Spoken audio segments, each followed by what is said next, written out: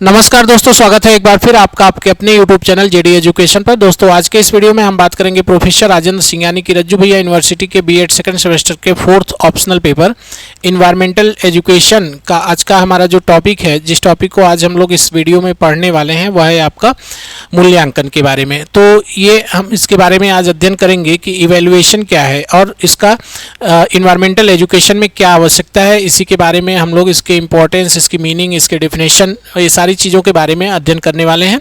और ये आपका जो रज्जू भैया यूनिवर्सिटी का बीएड सेकंड सेमेस्टर का फोर्थ जो ऑप्शनल पेपर है इन्वायरमेंटल, उसका जो सिलेबस है उस सिलेबस के अकॉर्डिंग ये आज का लास्ट वीडियो है। इससे पहले हमने सारे वीडियोस मतलब जितने भी टॉपिक हैं उन सभी का वीडियोस अपलोड कर दिया है अपने प्लेलिस्ट पे, और ये जो वीडियो आप देख रहे हैं ये लास्ट वीडियो है आपका फोर्थ पेपर का।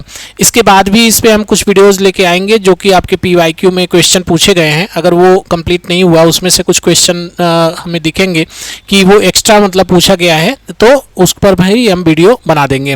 तो आप निश्चिंत रहिए, एक भी टॉपिक आपका छूटने नहीं पाएगा। और जो आपके एग्ज़ाम अभी तक जो 2021 से लेके 2024 तक का जो पेपर है उन पेपर्स में जितने भी क्वेश्चन आए हैं सभी क्वेश्चन का वीडियो आपको मिलेगा और उनका PDF नोट्स भी आपको हमारे टेलीग्राम चैनल पे मिल जाएगा। तो अगर आप चैनल पे नए हैं, पहली बार आप चैनल पे आए हैं, तो हम आपको बता दें कि रज्जू भैया यूनिवर्सिटी के बीएड सेकंड सेमेस्टर के जो 4 पेपर हैं उन चारों पेपर की अलग अलग प्लेलिस्ट आपको हमारे चैनल पे मिल जाएगी। और जिस भी सब्जेक्ट का जो भी टॉपिक आप देखना चाहते हैं उस प्लेलिस्ट में जाके आप उस टॉपिक का वीडियो देख सकते हैं और उनका PDF नोट्स भी आपको मिल जाएगा। उसके लिए आप हमारे टेलीग्राम चैनल को ज्वाइन करेंगे। टेलीग्राम चैनल का लिंक आपको वीडियो के डिस्क्रिप्शन में मिल जाएगा। अगर आपको किसी भी तरह का कोई डाउट है या आप हमसे कोई अपने एग्ज़ाम से रिलेटेड कोई प्रश्न करना चाहते हैं या कुछ जानकारी चाहते हैं, तो फिर आप हमें मैसेज कर सकते हैं हमारे टेलीग्राम ग्रुप के माध्यम से। टेलीग्राम ग्रुप का भी लिंक आपको वीडियो के डिस्क्रिप्शन में मिल जाएगा। तो टेलीग्राम ग्रुप और टेलीग्राम चैनल, व्हाट्सएप चैनल और आपका जो ये यूट्यूब चैनल है, इन सभी जगहों को आप सभी जगह आप ज्वाइन हो जाइए, सब्सक्राइब कर लीजिए। अगर अभी तक आप यूट्यूब चैनल को सब्सक्राइब नहीं किए तो चैनल को सब्सक्राइब करके बेल आइकन को जरूर प्रेस कर दीजिए, क्योंकि कोई भी वीडियो, कोई भी अपडेट हम देते हैं उसका नोटिफिकेशन आपको तुरंत मिल जाए, इसलिए बेल आइकन को प्रेस करना जरूरी है। तो चलिए स्टार्ट करते हैं आज का अपना लेक्चर। और सबसे पहले हम लोग देखेंगे कि मीनिंग क्या है, इसकी meaning and definition of evaluation. तो सिंपली हम जो मूल्यांकन है इसके बारे में समझ लेते हैं, देन फिर हम देखेंगे कि इन्वायरमेंटल एजुकेशन में इवेल्युएशन की क्या मतलब इंपॉर्टेंस है या क्या आवश्यकता है, उसकी नीड क्या है, इसके बारे में हम लोग अध्ययन करने वाले हैं। तो देखिए, मूल्यांकन एक व्यापक और निरंतर प्रक्रिया है। यह एक मतलब ऐसा नहीं है कि मतलब एक बार कर लिया तो हो गया, मतलब जैसे आप कोई एग्ज़ाम करवा लिए और रिजल्ट आपको मिल गया, आपने ये चेक कर लिया कि हाँ बच्चे ने पढ़ाई की है या नहीं की है। नहीं, इवेल्युएशन क्या होता है, ये निरंतर चलने वाली एक प्रक्रिया है जो केवल छात्रों के शैक्षिक अंकों का निर्धारण नहीं करती बल्कि उनके सर्वांगीण विकास का आकलन भी करती है। देखिए, एक तो होता है जो एग्ज़ाम्स होते हैं, जैसे पहले हम लोग छोटे थे तो ईयरली एग्ज़ाम होता था या हाफ ईयरली एग्ज़ाम होता था, तो उस समय कोई करिकुलम वगैरह नहीं होते थे, सिर्फ एग्ज़ाम्स होता था, रिटन एग्ज़ाम होता था। उन रिटन एग्ज़ाम को पास कर लिया तो हमको एक परसेंटेज मिल जाता था कि इतने % से हम पास हो गए, ठीक है। लेकिन अब चीज़ें बदल गई हैं। अब आपका क्या है कि आप देखते होंगे कि अगर 100 मार्क्स का पेपर है तो उसमें 20 नंबर या फिर 30 नंबर ये आपको अलग से दिए जाते हैं इवेल्युएशन के, है ना, जिसमें आपका जो एक्स्ट्रा करिकुलम होते हैं स्कूल में या कॉलेज में उस पर जो मतलब मिलता है, आपका जो असेसमेंट वगैरह होता है, जो फाइल वगैरह आप बनाते हैं, जो प्रैक्टिकल वगैरह करते हैं, तो उन सभी चीज़ों का मिला के अलग से नंबर आपको दिया जाता है। और साथ में इसी 100 में से ही, और बाकी जैसे मान लीजिए 20 नंबर आपको यहाँ से मिल गए तो 80 नंबर आपको थियरी सब्जेक्ट का मिलता है जो आप कॉपी लिख के आते हैं। तो इस तरह से यहाँ पे हम सारी चीज़ों का मूल्यांकन करते हैं। मतलब एक तरह से आप कहिए कि किसी बच्चे का अगर हम उसको शिक्षा दे रहे हैं तो हम उसके सर्वांगीण विकास के लिए जो भी जरूरी है वो सारी चीज़ें करते हैं और उसी का हम क्या करते हैं, मूल्यांकन करते हैं, ठीक है। आई थिंक आपको समझ में आया होगा। तो देखिए, यहाँ पर क्या है कि शिक्षा में मूल्यांकन का अर्थ शिक्षण अधिगम प्रक्रिया के उद्देश्यों की प्राप्ति किस सीमा तक हुई है इसका व्यवस्थित निर्णय लेना होता है। मतलब एजुकेशन में अगर हम बात करें तो जो शिक्षण अधिगम जो हुआ है, टीचिंग लर्निंग जो प्रोसेस हुई है, उसका जो उद्देश्य था वो कहाँ तक पूरा हुआ है ये पता करने के लिए हम क्या करते हैं, इवेल्युएशन करते हैं, मूल्यांकन करते हैं। बट पर्यावरण शिक्षा के संदर्भ में अगर हम बात करें तो मूल्यांकन का अर्थ केवल पर्यावरण विज्ञान की जानकारी को मापना नहीं होता, बल्कि यह देखना होता है कि छात्र ने पर्यावरण के प्रति अपनी जिम्मेदारियों और मूल्यों को अपने व्यवहार में कितना आत्मसात किया है, मतलब कितना उनको अपने व्यवहार में शामिल किया है। उदाहरण के लिए यदि छात्र को प्रदूषण पढ़ाया गया है तो मूल्यांकन यह देखेगा कि क्या वह वास्तव में कचरा प्रबंधन की आदतों को अपना रहा है या फिर सिर्फ वो किताबी नॉलेज इकट्ठा कर रहा है। तो ये सारी चीज़ें हम देखते हैं कि इवैल्यूएशन में क्या क्या चीज़ें होती हैं। इसको इंग्लिश में भी आप देख सकते हैं। तो यहाँ पे इंग्लिश में भी हमने दे रखा है उन बच्चों के लिए जो इंग्लिश मीडियम में अपना पेपर लिखेंगे, तो उनके लिए भी है, पूरा का पूरा नोट्स है, आपको कहीं इधर उधर जाने की ज़रूरत नहीं है। देख लेते हैं कि evaluation is a comprehensive and continuous process that does not merely determine academic grades but assess the holistic development of the student. ठीक है, मतलब इसमें क्या होता है, सिर्फ एक शैक्षिक जो ग्रेड है वो नहीं मिलते, बल्कि इसमें क्या होता है, आपके सर्वांगीण विकास का मूल्यांकन किया जाता है। In education evaluation means taking a systematic decision regarding the extent to which the objective of the teaching learning process have been achieved.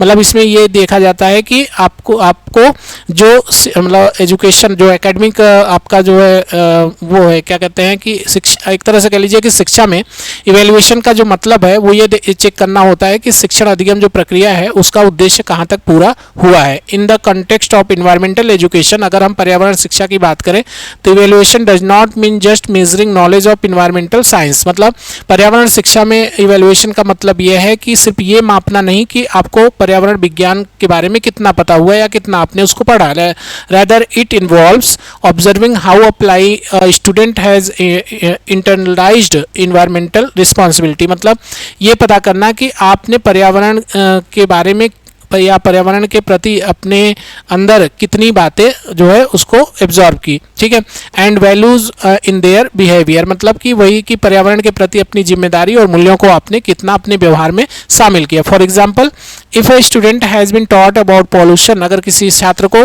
प्रदूषण के बारे में बताया जाए तो evaluation will assess whether they are actually adopting waste management habits in their daily life. Evaluation मतलब मूल्यांकन ये चेक करता है कि उस छात्र ने अपने जीवन में, अपने व्यवहार में कितना, मतलब आप एक तरह से कहिए कि अगर हम पॉल्यूशन के बारे में उसको पढ़ाए हैं, पॉल्यूशन के बारे में बताए हैं, तो हम ये चेक करते हैं कि क्या वो वेस्ट मैनेजमेंट जो मतलब कचरा प्रबंधन है उसकी आदतों को कितना अपने अंदर वो शामिल किया है, कितना वो एब्जॉर्ब किया है। तो इस तरह से हम इवैल्यूएशन करते हैं। अब हम लोग बात करेंगे कि इन्वायरमेंटल एजुकेशन में जो आपका पर्यावरण शिक्षा है उसमें मूल्यांकन की क्या आवश्यकता है, के बारे में हम अध्ययन करने वाले हैं। तो देखिए, पर्यावरण शिक्षा में मूल्यांकन की आवश्यकता इसलिए है क्योंकि यह विषय केवल किताबी ज्ञान नहीं बल्कि व्यवहारिक जीवन शैली से जुड़ा हुआ है।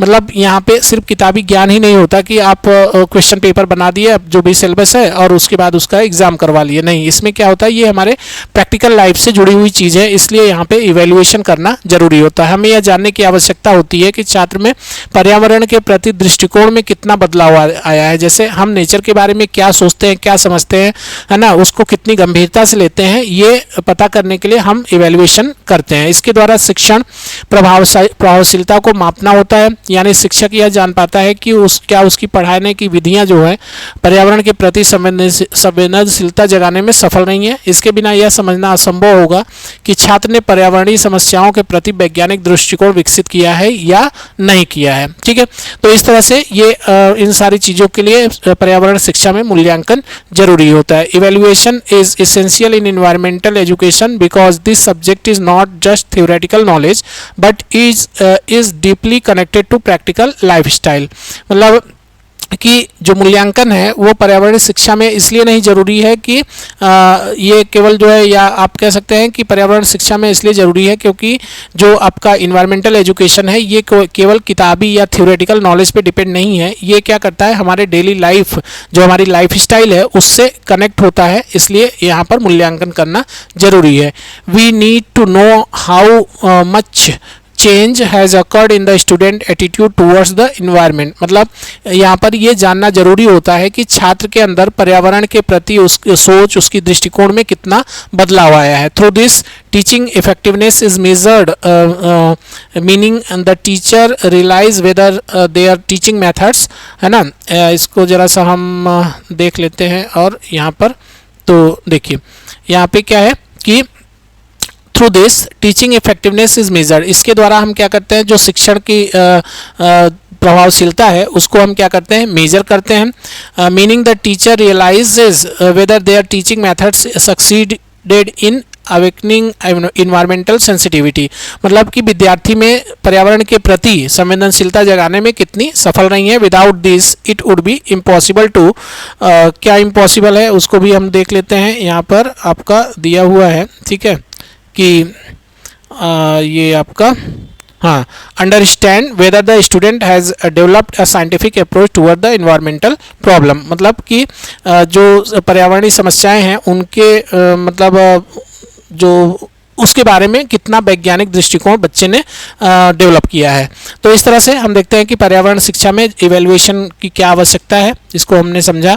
अब आगे हम लोग बात करेंगे कि पर्यावरण शिक्षा में पर्यावरण शिक्षा में मूल्यांकन के उद्देश्य, यहाँ पर हमने आवश्यकता देखी। अब हम इसके उद्देश्य के बारे में बात करेंगे कि हमारा ऑब्जेक्टिव क्या है, क्यों हम इसको करते हैं। ठीक है, तो देखिए मूल्यांकन का मुख्य उद्देश्य ज्ञान का मापन करना होता है। ठीक है, मतलब हमें किसी चीज़ के बारे में कितना हमको ज्ञान मिला है यह मापने के लिए हम क्या करते हैं, मूल्यांकन करते हैं। यह सुनिश्चित करना कि छात्र इकोसिस्टम के आधारभूत सिद्धांतों को कितना समझ सका है। ठीक है, मतलब हमें ये पता करना है कि अगर इकोसिस्टम के बारे में बच्चे को बताया गया है तो वो इकोसिस्टम के बारे में उसके जो कॉन्सेप्ट्स हैं वो कितना क्लियर हुए हैं, कितना नहीं क्लियर हुए हैं। इसका उद्देश्य कौशल का आकलन करना होता है, जैसा कि छात्र जल संरक्षण के सरल उपाय कर सकते हैं। मतलब यहाँ पे एक तरह से हम ये देखते हैं कि बच्चे के अंदर स्किल डेवलप करना कि वो किसी जो पर्यावरणीय समस्या है उसको हल करने के लिए क्या मतलब सिंपल स्टेप्स उठा सकता है। इसके अलावा इसका महत्वपूर्ण उद्देश्य पर्यावरणीय जिम्मेदारी विकसित करना भी होता है, जिससे छात्र यह समझ सके कि वे पृथ्वी के भविष्य के क्या है, संरक्षक हैं।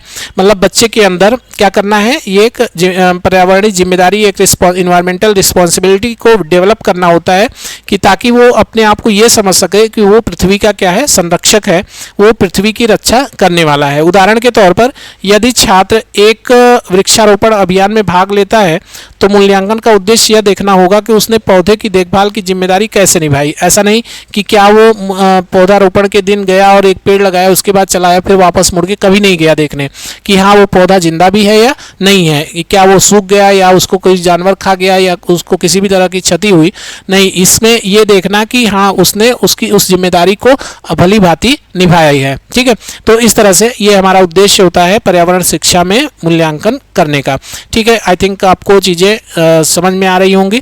अब हम आगे बात करेंगे कि मूल्यांकन के प्रकार कौन कौन से होते हैं, मतलब टाइप्स ऑफ इवैल्यूएशन क्या क्या है उसके बारे में देखते हैं। तो देखिए पर्यावरण शिक्षा में मूल्यांकन को 4 प्रमुख भागों में बांटा जा सकता है। इसको हम 4 प्रमुख भाग में बांट के पढ़ते हैं। पहला एक होता है प्रारंभिक मूल्यांकन, दूसरा होता है निर्माणात्मक मूल्यांकन जिसको हम फॉर्मेटिव इवैल्यूएशन कहते हैं, तीसरा है आपका संकलनात्मक मूल्यांकन मतलब समेटिव इवैल्यूएशन, और फिर सतत एवं समग्र मूल्यांकन सीसी।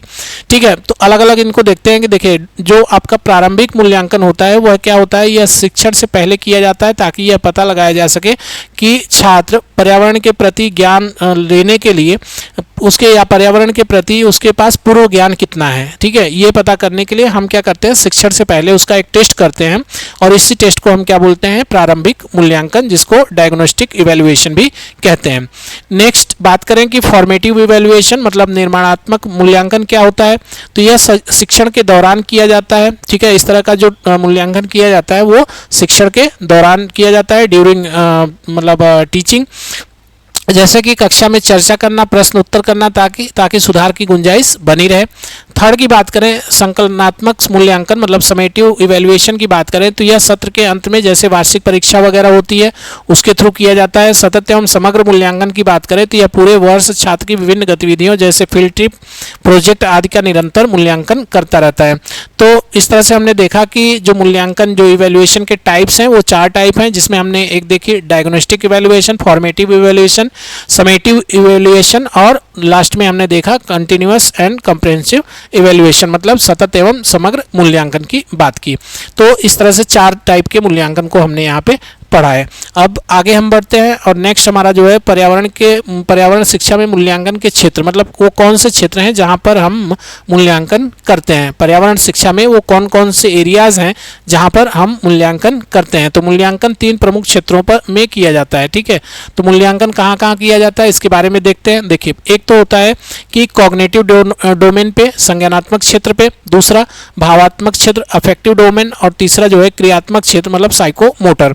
तो इसको एक एक करके हम समझते हैं। देखिए, जब हम बात करेंगे कॉग्निटिव डोमेन की, संज्ञानात्मक क्षेत्र की, तो इसमें छात्र के पर्यावरण संबंधी ज्ञान, समझ और तार्किक क्षमता का आकलन किया जाता है। जब हम कॉग्निटिव क्षेत्र की बात करते हैं, संज्ञानात्मक क्षेत्र की बात करते हैं, तो उसमें छात्र के पर्यावरण संबंधी ज्ञान, उसकी समझ और उसके जो सोचने का जो तरीका है, जो तार्किक क्षमता है, उसका हम आकलन करते हैं।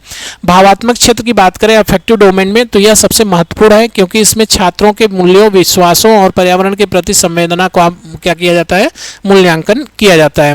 क्रियात्मक क्षेत्र की बात करें साइकोमोटर डोमेन में, तो इसमें व्यवहारिक कौशल का आकलन होता है, जैसे कंपोस्ट खाद बनाना, पौधों को काटना या कचरा को पृथक करना, ठीक है। तो इस तरह से हमने देखा कि जो मूल्यांकन के क्षेत्र हैं वो 3 क्षेत्र होते हैं। एक तो होता है आपका कॉग्निटिव डोमेन, दूसरा होता है अफेक्टिव डोमेन और तीसरा है आपका साइकोमोटर डोमेन। तो हमने यहाँ पे इवैल्यूएशन के बारे में बात की कि इवैल्यूएशन किन किन एरियाज में किया जाता है, खासकर इन्वायरमेंटल एजुकेशन में। तो हमने यहाँ पे बात की कि evaluation is conducted in 3 major domains, और वो कौन कौन से डोमेन हैं उनके बारे में भी हमने बता दिया, कॉग्निटिव डोमेन, अफेक्टिव डोमेन और साइकोमोटर डोमेन। तो ये 3 जो है डोमेन है या क्षेत्र कह दिए कि 3 क्षेत्र में हम क्या करते हैं, मूल्यांकन करते हैं। इस तरह से हमने यहाँ पे देखा पर्यावरण के क्षेत्र का मतलब मूल्यांकन का क्षेत्र क्या है। अब हम बात करेंगे कि मूल्यांकन की विधियां कौन कौन सी है, कौन कौन से मेथड्स हैं जिनके थ्रू हम क्या करते हैं, मूल्यांकन करते हैं, इवैल्यूएशन करते हैं। तो पर्यावरण शिक्षा में केवल लिखित परीक्षा पर्याप्त नहीं होती, इसके लिए परियोजना कार्य अनिवार्य होता है। मतलब अगर हम इसमें प्रोजेक्ट नहीं करवाएं तो फिर कोई मतलब नहीं है, क्योंकि सिर्फ लिखित परीक्षा से कुछ नहीं होने वाला है। जहां छात्र किसी स्थानीय पर्यावरण समस्या का निरीक्षण करते हैं, उसका अध्ययन करते हैं और फिर उसका निरीक्षण वगैरह करके एक सशक्त विधि मतलब एक तरह से कहिए कि उसका क्या करते हैं, अध्ययन करते हैं। और जब अध्ययन करते हैं तो उसी को हम क्या बोलते हैं, ऑब्जर्वेशन, है ना। तो ऑब्जर्वेशन क्या है, एक सशक्त विधि है जहां शिक्षक देखता है कि छात्र विद्यालय परिसर में कितना स्वच्छ वातावरण रखते हैं। फील्ड वर्क रिपोर्ट के माध्यम से छात्र प्रत्यक्ष अनुभव साझा करते हैं जो उनके सीखने के स्तर को स्पष्ट करता है। In environmental education written exams alone are insufficient, मतलब जो लिखित परीक्षा है वो उतनी पर्याप्त नहीं है। प्रोजेक्ट वर्क इज मैंडेटरी, इसमें क्या होता है कि जो प्रोजेक्ट परियोजना कार्य है वो जरूरी है, अनिवार्य है। वेयर स्टूडेंट्स स्टडी और लोकल इन्वायरमेंटल प्रॉब्लम, जहां पर छात्र क्या करते हैं कि स्थानीय पर्यावरणीय समस्या को के बारे में अध्ययन करते हैं और उसको ऑब्जर्व करते हैं। Observation is a powerful method where the teacher watches, क्या टीचर क्या वॉच करता है, तो इसके बारे में हम थोड़ा सा यहाँ पे देख लेते हैं कि how clean student keep the school campus, छात्र विद्यालय परिसर को कितना स्वच्छ रखते हैं। तो इस तरह से हमने देखा कि विधियां कौन कौन सी हैं, वो सारी हमने यहाँ पे बात की।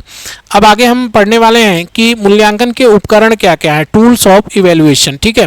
तो कौन कौन से टूल्स हैं इनके बारे में देख लेते हैं। मूल्यांकन के निम्न उपकरणों का, मूल्यांकन के लिए निम्न उपकरणों का प्रयोग किया जाता है। कौन कौन से उपकरण का प्रयोग किया जाता है, तो सबसे पहले हम यहाँ पे चेकलिस्ट वगैरह देखते हैं। मतलब चेकलिस्ट में क्या करते हैं कि कौन कौन से कार्य करना है उन कार्यों की सूची तैयार करना।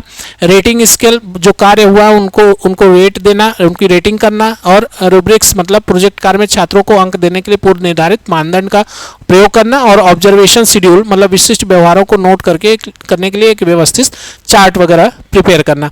तो मूल्यांकन के जो उपकरण है उसमें हमने ये 4 टाइप के मतलब टूल्स यहाँ पे देखे। चेकलिस्ट हो गया, है ना। चेकलिस्ट में क्या करते हैं, कार्यों की सूची करते हैं, जैसे क्या छात्र प्लास्टिक का उपयोग नहीं कर रहा है, हाँ या नहीं में उत्तर देना। तो इस तरह से मतलब हम क्या करते हैं, जो टेस्ट लेते हैं ना, वो टेस्ट कैसे लेना है उसी के बारे में यहाँ पे बताया गया है। तो आगे हम लोग देखते हैं नेक्स्ट हमारा क्या है। तो नेक्स्ट की बात करें तो हम यहाँ पे शिक्षक और छात्र की भूमिका के बारे में बात करेंगे और इसके बाद फिर चुनौतियां और समाधान की बात करेंगे, उसके बाद फिर निष्कर्ष पे पहुंचेंगे। तो देखिए, शिक्षक की भूमिका एक सुगमकर्ता मतलब फैसिलिटेटर की होती है। शिक्षक का कार्य निष्पक्ष मूल्यांकन करना और छात्रों को रचनात्मक प्रतिक्रिया देना।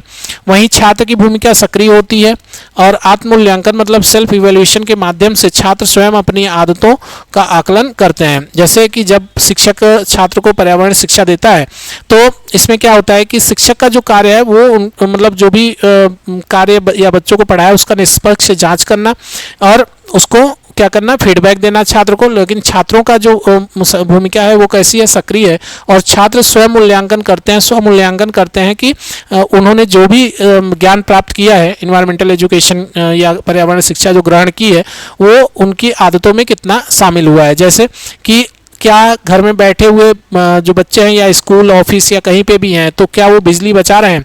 अगर जैसे मान लीजिए एक कमरे में पंखा चल रहा है और आप अकेले बैठ के काम कर रहे हैं, अचानक आपको बाहर जाना हुआ और आप उठे और चल दिए, ना लाइट बंद किया ना तो पंखा बंद कर दिया, तो फिर आप पर्यावरण में क्या सीखे हैं, कौन सी पर्यावरण शिक्षा आप लिए हैं। अगर आप पर्यावरण शिक्षा लिए हैं, सही मायने में आपने पर्यावरण को समझा है, तो आपको ये समझ आना चाहिए कि जब हम कोई चीज़ मतलब वेस्ट करते हैं ना तो उसका नुकसान बहुत ज़्यादा होता है। ठीक है, तो इस तरह से मतलब ये सारी चीज़ें हम यहाँ पे चेक करते हैं। ठीक है, छात्रों के द्वारा सहपाठी मूल्यांकन भी होता है। पीयर एजुकेशन में छात्र एक दूसरे के पर्यावरणीय प्रोजेक्ट को देखते हैं और उनमें आपसी सहयोग और सीखने की भावना बढ़ती है।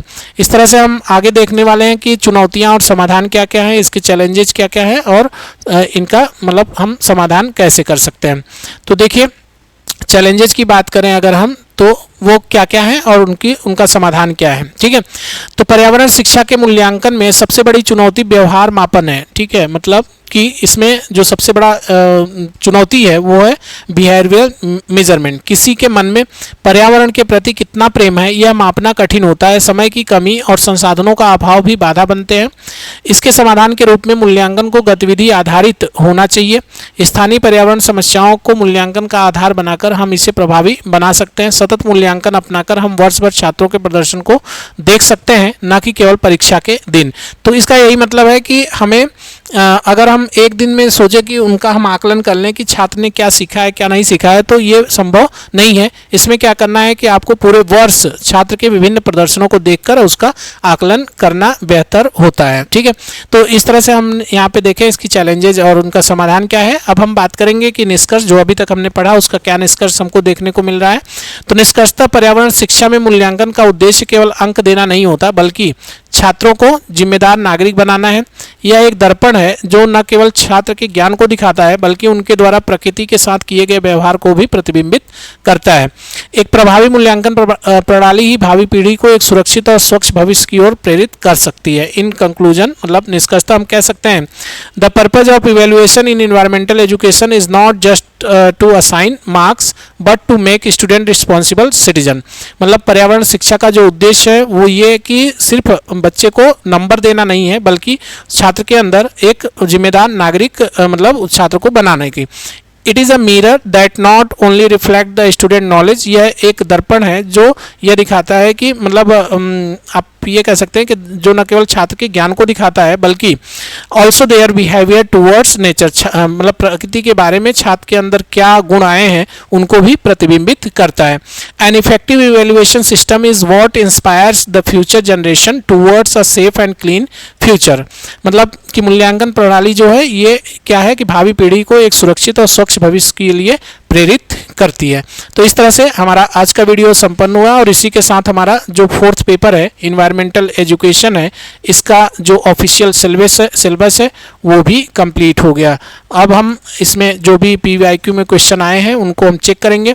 अगर उनमें हमें कुछ एक्स्ट्रा क्वेश्चन वगैरह दिखते हैं किसी टॉपिक पे तो हम उसका वीडियो जरूर आपको दे देंगे। तो ये जो आपका 4th यूनिट है इसका PDF आपको बहुत जल्द टेलीग्राम चैनल पे मिल जाएगा। वीडियो को देखते रहिए। किसी भी तरह का कोई डाउट होता है तो हमें कमेंट करिए। हमारे व्हाट्सएप जो आपका जो टेलीग्राम ग्रुप है उसके माध्यम से हमें बताइए। हम आपको वो सारी फैसिलिटीज़ प्रोवाइड करेंगे जिसकी आपको एग्ज़ाम के लिए ज़रूरत है। तो चलिए, अगर वीडियो अच्छा लगा तो वीडियो को लाइक जरूर कर दीजिएगा और साथ में चैनल को सब्सक्राइब नहीं किया हो तो सब्सक्राइब करके बेल आइकन को जरूर प्रेस कर दीजिएगा। हम अब बात करेंगे, अगले जो वीडियो आएगा उसमें हम PYQ लेके आएंगे कि जो 2021 से लेके 2024 तक जो आपके क्वेश्चन आए हैं एग्जाम में, उनके बारे में हम वीडियो लाएंगे। उसके बाद फिर हमारा जो सेकंड पेपर है उसमें 4th यूनिट में कुछ लेक्चर बचे हुए हैं, उनको भी हम कंप्लीट कर देंगे। तो कोशिश हमारी है कि अप्रैल में ही हम पूरा का पूरा सिलेबस अपना सेकेंड सेमेस्टर का कंप्लीट कर दें। तो चलिए, अपना ख्याल रखिए, मन लगा के पढ़ाई करिए।